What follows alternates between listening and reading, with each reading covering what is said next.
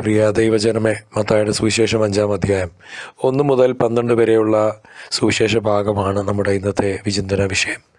കർത്താവായ യേശുക്രിസ്തു മലമുകളിലിരുന്ന് നൽകുന്ന ഈ അഷ്ടസൗഭാഗ്യങ്ങൾ, ബിയാറ്റിറ്റ്യൂഡ്സ്, വെറും ഉപദേശങ്ങളല്ല, മറിച്ച് ക്രിസ്തീയ ജീവിതത്തിൻ്റെ അന്തസ്സത്തെയാണ്. ആത്മാവിൽ എളിയവരാകുക എന്നത് ദൈവകൃപയ്ക്കായി നമ്മുടെ ഹൃദയങ്ങളെ പൂർണ്ണമായും തുറന്നു കൊടുക്കുന്ന അവസ്ഥയാണ്.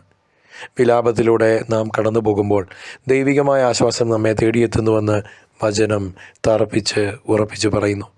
സൗമ്യതയുള്ളവർ ഭൂമിയെ അവകാശമാക്കുമെന്ന വാഗ്ദാനം ലോകത്തിൻ്റെ ശക്തിയല്ല, മറിച്ച് ദൈവത്തിൻ്റെ സ്നേഹമാണ് അന്തിമ വിജയം നേടുക എന്ന് നമ്മെ പഠിപ്പിക്കുന്നു. നീതിക്ക് വേണ്ടി വിശക്കുകയും ദാഹിക്കുകയും ചെയ്യുന്നവർക്ക് ലഭിക്കുന്ന തൃപ്തി ഈ ലോകത്തിന് ഒരിക്കലും നൽകാൻ കഴിയുന്നതിനേക്കാൾ എത്രയോ വലിയ ഒരു അനുഗ്രഹമാണ്. ഈ വചനങ്ങളിലൂടെ കർത്താവായ യേശുക്രിസ്തു നമ്മെ വിളിക്കുന്നത് ലൗകികമായ നേട്ടങ്ങളിലേക്കല്ല, മറിച്ച് സ്വർഗീയമായ മഹത്വത്തിലേക്കാണ്. കരുണയുള്ളവർക്ക് കരുണ ലഭിക്കുമെന്നത് ദൈവരാജ്യത്തിൻ്റെ സുപ്രധാന നിയമമാണ്. നാം മറ്റുള്ളവർക്ക് നൽകുന്ന മാപ്പും സ്നേഹവുമാണ് നമ്മുടെ തന്നെ രക്ഷയ്ക്ക് കാരണമാകുന്നത്.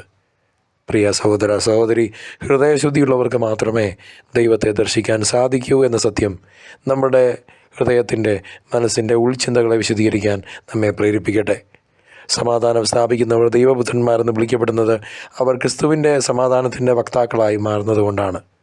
നീതി നിമിത്തം പീഡിപ്പിക്കപ്പെടുമ്പോഴും നാം സന്തോഷിക്കണം, കാരണം നമ്മുടെ യഥാർത്ഥ പ്രതിഫലം സ്വർഗത്തിലാണ് ഒരുക്കപ്പെട്ടിരിക്കുന്നത്.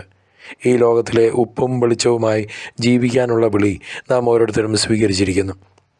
പ്രവാചകന്മാർ നടന്ന ആ ഇടുങ്ങിയ വഴിയിലൂടെ, ആ ബുദ്ധിമുട്ടുള്ള മുള്ളിൻ്റെ പാറ നിറഞ്ഞ വഴിയിൽ കൂടെ നടക്കാൻ നമുക്ക് ഈ വചനഭാഗം കരുത്തേകുന്നു.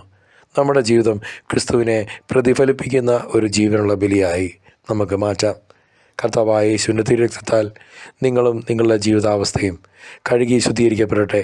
പരിശുദ്ധാത്മാവിൻ്റെ അഭിഷേകം എന്നും എപ്പോഴും നിങ്ങളുടെ മേലുണ്ടായിരിക്കട്ടെ. ദൈവഭക്തനായ മനുഷ്യ, നീ ഇവയെല്ലാം വിട്ടുകൊടുക്കുക. നീതി, ഭക്തി, വിശ്വാസം, സ്നേഹം, സഹനം, സൗമ്യത എന്നിവയെ ലക്ഷ്യം വയ്ക്കുക. 1 തിമോത്തിയോസ് 6:11.